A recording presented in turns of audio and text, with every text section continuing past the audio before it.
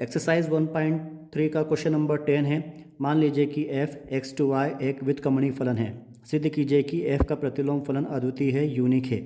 वो ये कह रहा है कि f का प्रतिलोम फलन एक और सिर्फ एक ही होता है, एक से अधिक नहीं होते। ये हमें सिद्ध करना है। सिद्ध करने के लिए उसने हमें कुछ संकेत भी दिया है, हम भी इन्हीं संकेत की सहायता से सिद्ध करेंगे। फलन दिया है f x to y एक व्युत्क्रमणीय फलन है। हमें पता है कि जब कोई फलन व्युत्क्रमणीय होता है तो वो एकेकी तथा आच्छादक दोनों होता है।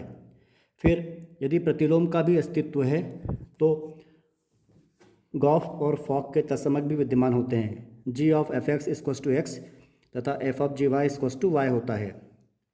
f का प्रतिलोम अद्वितीय सिद्ध करने के लिए इन दो कंडीशन में से किसी एक कंडीशन का हम उपयोग करेंगे।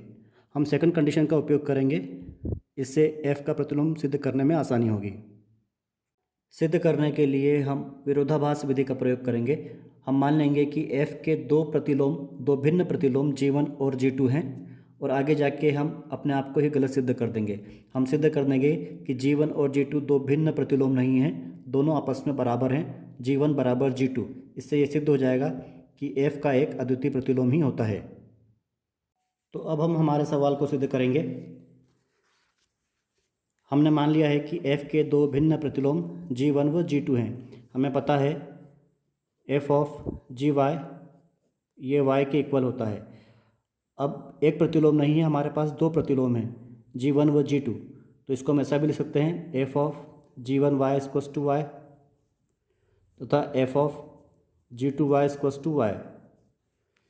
f ऑफ g1 y भी y के इक्वल है, f ऑफ g2 y भी y के इक्वल है, इसलिए हम इसको इस प्रकार से भी लिख सकते हैं f of g1 y equals to y और ये बराबर है f of g2 equals to y।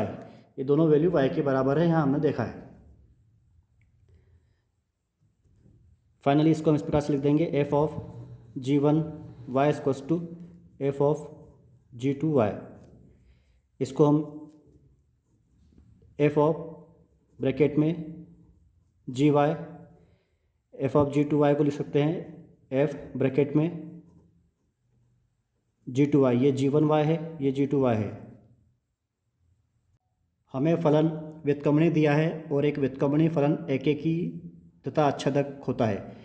तो एकेकी होने के लिए fx1 बराबर fx2 होता है, प्रतिबिंब बराबर होते हैं तो पूर्व प्रतिबिंब भी बराबर होते हैं। fx1 बराबर fx2 तो x1 बराबर x2।